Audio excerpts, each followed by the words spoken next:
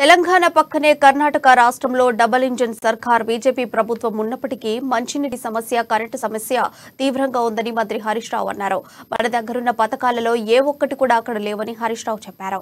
సంగారెడ్డి జిల్లా న్యాల్కల్ మండలం రాఘవాపూర్ పంచవటి క్షేత్ర తీరంలోని మంజీర గరుడగంగ కుంభమేళ పుష్కరాల్లో పాల్గొని గంగా హారతిని ఇచ్చారు.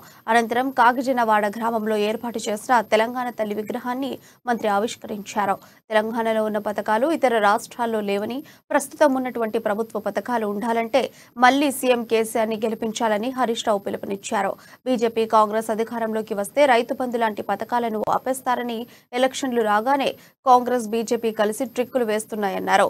బీజేపీ గెలిస్తే ఆదానికి లాభం, అందుకే మళ్లీ కేసీఆర్ కే పట్టం కట్టాలని హరీష్ రావు ప్రజలకు సూచించారు.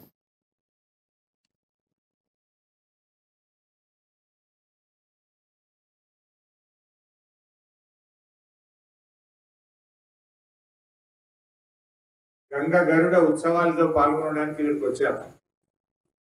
అయితే 8 ఏళ్ల నుంచి తెలంగాణ తల్లి విగ్రహం ఆవిష్కరణ కాగింది. వీరారెడ్డి పట్టుబట్టిండు, ఇక పోవాల్సిందే అని చెప్పిండు. మరి వీరారెడ్డి పట్టుబట్టినాక పోకుండా ఉంటామా? ఆ తెలంగాణ తల్లి విగ్రహ ఆవిష్కరణ చేసుకున్నాం, చాలా సంతోషం. మరి ఆ రోజుల్లో నిజంగా తెలంగాణ ఉద్యమం అంత ఉధృతంగా జరిగి ఉండకపోతే మరి మనకి తెలంగాణ వచ్చేది కాదు. రైతు బంధు అంటే, కళ్యాణ లక్ష్మి అంటే, కేసీఆర్ కిట్ అంటే, 200 ఉన్న పెన్షన్ 2000 చేసుకున్నామంటే, ఇవన్నీ రైతు బీమా అంటే, ఇవన్నీ వచ్చినాయి అంటే తెలంగాణ తెచ్చుకోవడం వల్ల, కేసీఆర్ ముఖ్యమంత్రి కావడం వల్ల వచ్చినాయి. కాంగ్రెస్ వాడు, బీజేపీ వాడు ఈ మధ్యలో చాలా ట్రిక్కులు కొడుతున్నారు. డబుల్ ఇంజన్ అంటే ఏం డబుల్ ఇంజన్? బీదర్లో చూస్తే తెలుస్తలేదా? బీజేపీ వాళ్ళు వస్తే